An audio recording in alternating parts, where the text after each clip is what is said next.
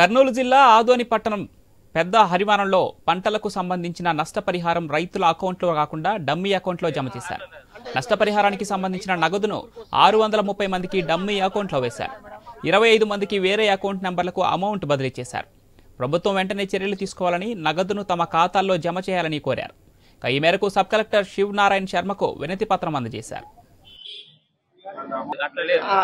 అంటే ration card 5 passbook ఒకరికి వస్తుందా, అందరికి వస్తుందా?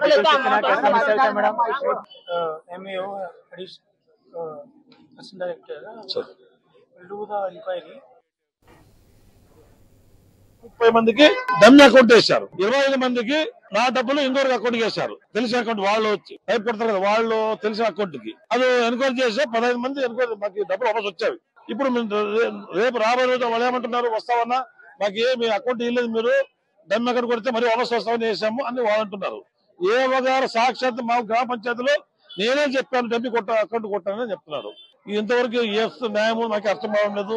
రైతులకు న్యాయం చేయాలని చూస్తున్నాం. ఎందుకంటే ఇప్పటికే రైతులు అల్లాడుతున్న వస్తాను లేక పంట నష్టపడి ఇన్సూరెన్స్ సబ్సిడీ మిర్చి, పత్తి, మిరప, మిర్చి, కాటన్ ఇప్పుడు ఒక రైతుకు 34 ఎకరా 6.5 వేలు వేశారు.